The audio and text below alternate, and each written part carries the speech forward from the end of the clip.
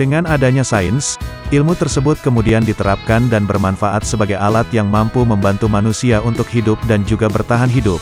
Sains sendiri sebenarnya memiliki definisi yang lebih luas lagi. Meski demikian, pada hakikat sains ini merupakan ilmu yang sifatnya universal dan juga objektif. Sehingga di dalam ilmu sains terdapat penelitian yang harus dilakukan secara empiris dan juga disusun secara sistematis. Sains ini mulai dipelajari di bangku sekolah, kemudian semakin didalami ketika jenjang perguruan tinggi.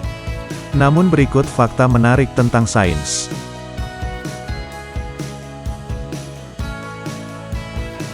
Kita tidak tahu seperti apa rupa sebagian besar alam semesta.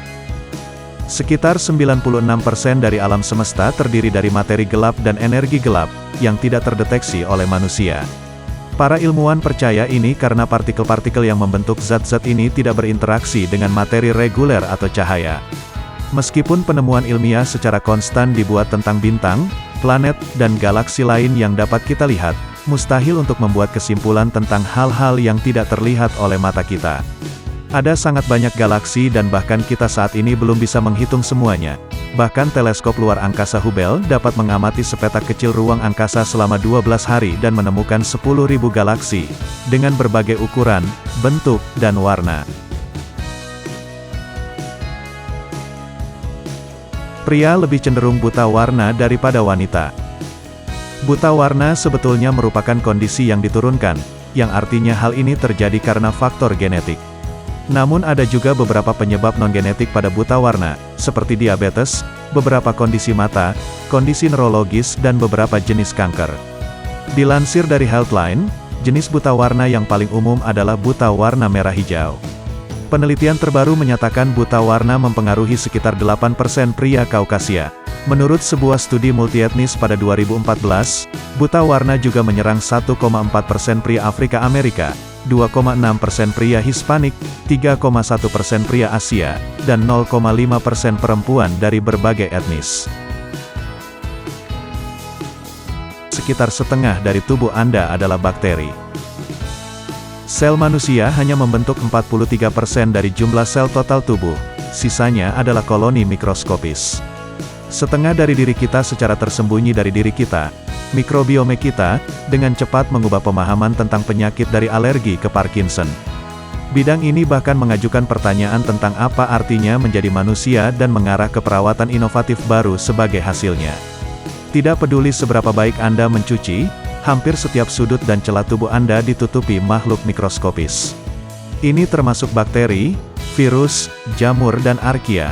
Konsentrasi terbesar dari kehidupan mikroskopis ini adalah di kedalaman gelap yang suram dari usus kita yang kekurangan oksigen. Profesor Rob Knight dari Universitas California San Diego mengatakan lebih banyak mikroba daripada manusia dalam tubuh. Tidak mungkin bersendawa di ruang angkasa.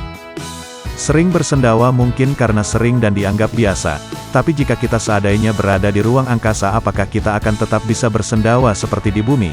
Jawabannya ternyata tidak.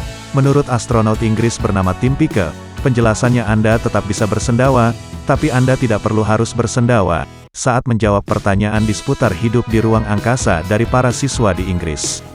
Ketika Anda bersendawa di bumi, gravitasi menahan zat padat dan cairan dari makanan yang baru saja Anda makan, sehingga hanya gas yang keluar dari mulut Anda. Dengan tidak adanya gravitasi, gas tidak dapat dipisahkan dari cairan dan padatan, sehingga bersendawa pada dasarnya berubah menjadi muntah. Helium juga bisa bekerja melawan gravitasi. Helium adalah suatu unsur kimia dalam tabel periodik. Helium tak berwarna, tak berbau, tak berasa, tak beracun dan merupakan unsur pertama pada golongan gas mulia dalam tabel periodik. Titik didih dan titik lebur gas ini merupakan yang terendah di antara semua unsur. Helium berwujud hanya sebagai gas terkecuali pada kondisi yang sangat ekstrim. Ketika helium didinginkan hingga suhu ekstrim, hanya beberapa derajat dari nol mutlak, helium berubah menjadi superfluid, yang berarti ia dapat mengalir tanpa gesekan. Ia bisa memanjat ke atas dan melewati sisi-sisi gelas. Dapat bocor melalui celah-celah berpikir molekul dalam wadah. Jika mulai mengalir seperti air mancur itu tidak akan pernah berhenti.